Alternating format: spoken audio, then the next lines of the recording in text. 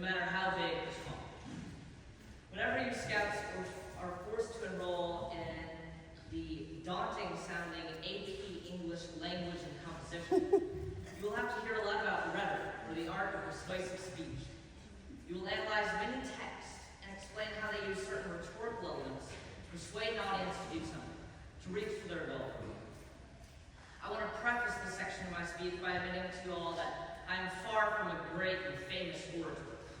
I do not possess the art of the pen and the pad, nor do I carry the wits of genius writers. However, I know that I do have a strong community.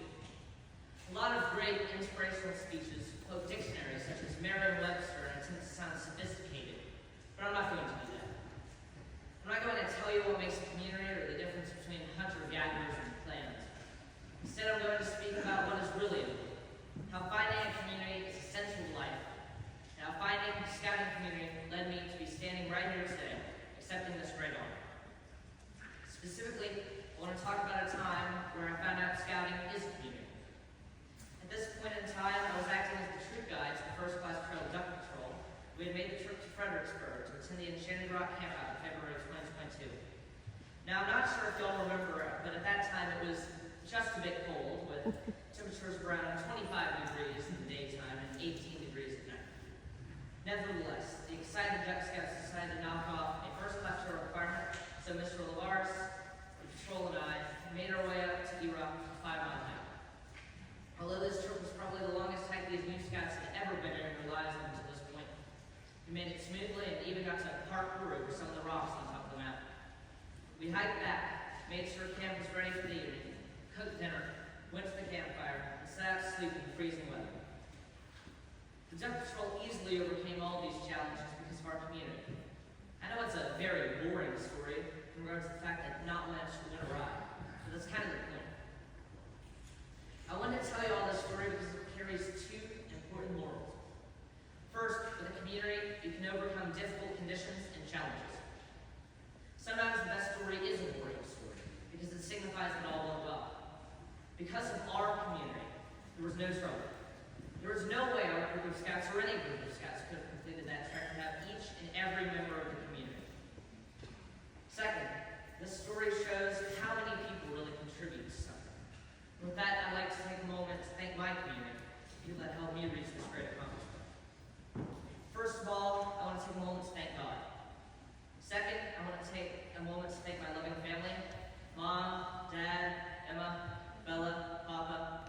You've all been so supportive of any challenge I want to decide to conquer, whether it's scouts, running, acting, school, really anything.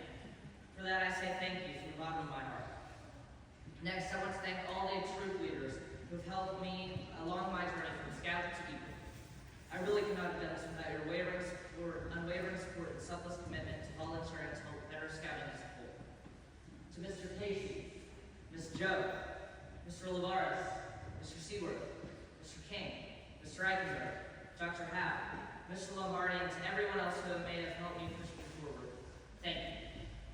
To my Eagle Scout Service Project beneficiaries, Mr. Bill and Mr. Brett, to my Eagle Scout Service Project counselor, Mr. Williams, thank you. In the same manner, I'd like to thank all my friends who worked on my Eagle Scout Service Project. Kai, Winston, Parker, Leah. Even to my non-scouting friends who helped me with this project, Ryan, Brandon, and Carter, you were such an integral part to making sure everything went smoothly. To all my other friends, thank you as well for your support. Finally, it would be a grand disservice if I did not thank my wonderful Eagle Scout recommenders. Without your kind words and effort, I would not be here today. My advisor, Nurse Kimball, my English teacher, Dr. Wells, Ms. Hampy from my church, and a great family friend and mentor, Larry Chamber. You all are incredible people. To everyone, you deserve this recognition as much as I do for all your help. Wow, 28 people. To anybody that says that accomplishing something this important does not require the effort of a community, show them this speech. Seriously though, this long list of amazing people shows the power of the community. The people that I listed come from all different backgrounds, have all different stories, work in all different professions, and have helped me in all different ways. They all fall under the same common umbrella. A community of people who have helped me achieve the ultimate honor of scouting. the Eagle badge. So I'll leave you all with this. If Leonard Skinner ever asked me, "Once you fly high, Freebird?" I will answer, yes. Yes, I did. Because with the help of the village, you can soar